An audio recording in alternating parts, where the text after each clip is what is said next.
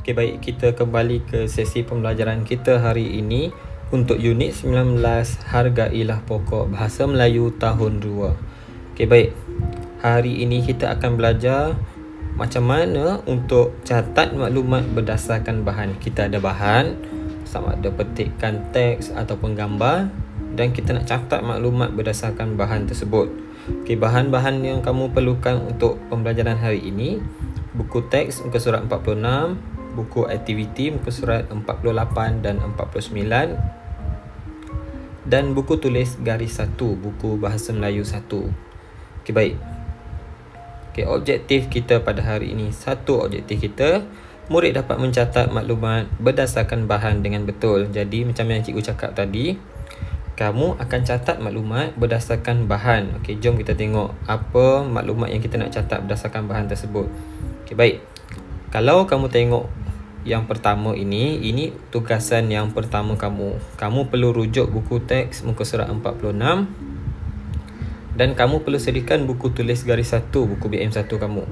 Okey, pertama sekali kita akan baca dulu apa yang ada dalam kandungan ataupun petikan dalam buku teks kamu ni. Okey, berkaitan dengan Bu Cida yang cantik. Okey, Bu Cida ni adalah pokok. Awak tengok di sebelah ni, ini adalah pokok Bu Cida. Okey, awak tengok, awak nampak bentuk dia, pokok yang rendang. Kita baca sama-sama. Aidil suka melihat pokok Bu Cida. Dia ingin menanam pokok ini di hadapan rumahnya. Dia mencari maklumat tentang pokok Bu Cida dalam internet. Terdapat dua jenis pokok Bu Cida, iaitu yang berdaun hijau dan yang berdaun putih. Saiz daunnya kecil. Dahan pokok Bu Cida bertingkat-tingkat. Awak nampak bertingkat-tingkat. Yang pertama, yang kedua, ketiga sampai atas. Dia ada banyak. Pokok ini mudah ditanam kerana tidak memerlukan penjagaan yang rapi. Oleh itu, pokok ini banyak ditanam di pinggir jalan, di taman dan di halaman rumah. Pokok Bu Cida mempunyai akar yang kuat. Pokok ini dapat menahan tiupan angin yang kencang. Selain itu, orang ramai dapat berteduh di bawah pokok ini selepas penat bermain atau beriadah. Jadi, petikan ni menerangkan tentang pokok Bu Cida yang cantik. Okey, tugasan pertama kamu, kita nak catat kita punya isi kandungan ataupun maklumat yang ada di dalam ni dalam peta pokok. Kita punya tajuk pun pokok Bu Cida kan, jadi kita akan gunakan peta pokok. Okey, pertama sekali jangan lupa untuk kamu tulis hari dan tarikh di atas. Okey, kemudian tajuk dia adalah pokok Bu Cida, macam yang cikgu paparkan di sini. Okey, awak perlu gariskan sama seperti yang cikgu buat di sini.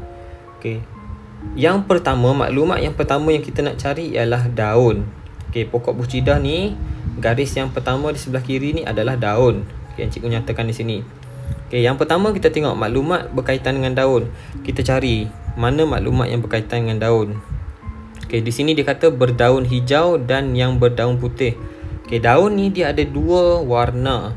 Okey, jadi yang pertama di sini dia nyatakan daun ini berwarna hijau, kemudian yang kedua daun ini berwarna putih.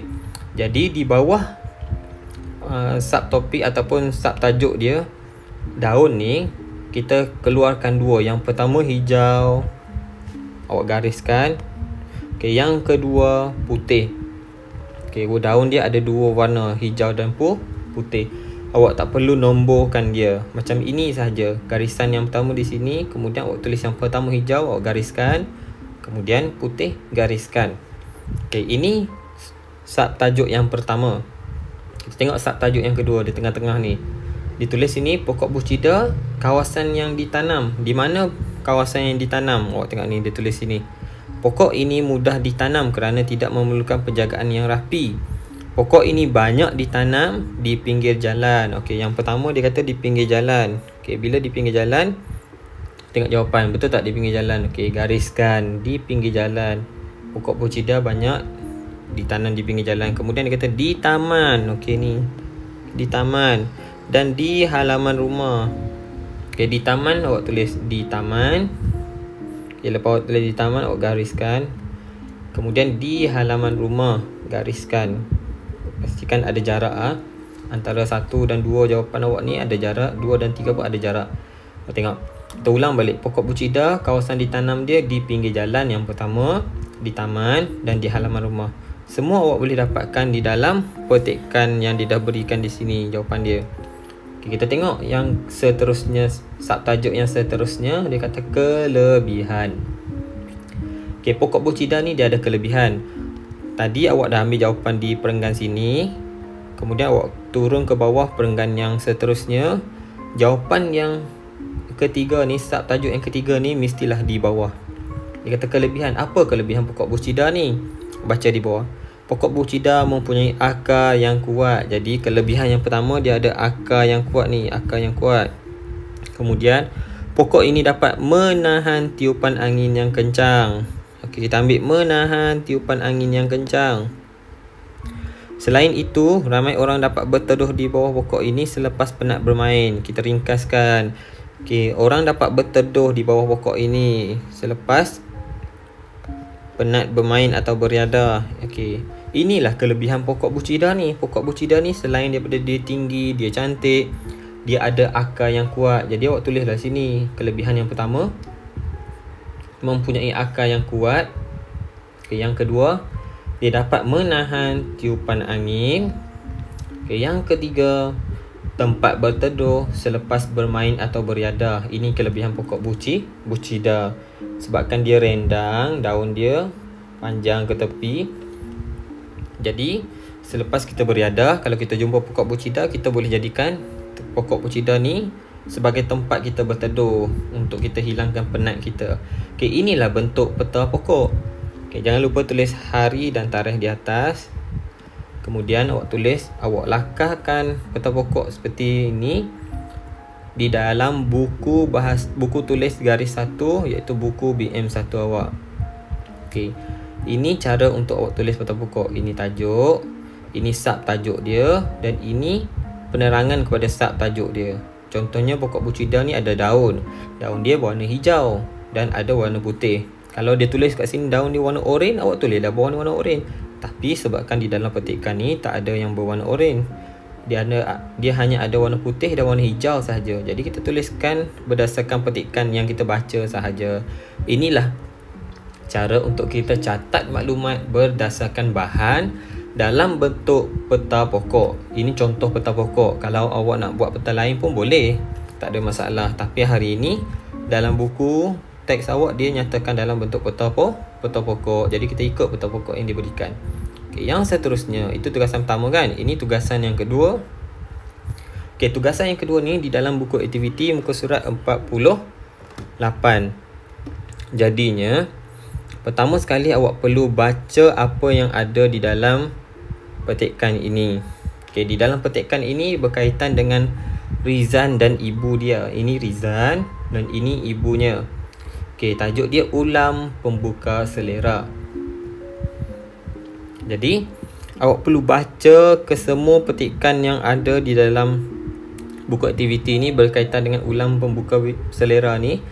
Selepas awak dah baca, awak kena ambil masa untuk awak fahamkan petikan ini. Kemudian awak tengok di sebelah. Okey, contoh tadi petikan tadi awak dah baca kan. Ini muka surat 49 ni. Okey, dia kata yang pertama dia nyatakan, cikgu letakkan A contoh untuk awak fokus, awak tengok. Okey, cara jualan ni, A ni awak tak salin. Cara jualan ni dia ada banyak cara. Dia nyatakan sini dia ada 3 cara jualan.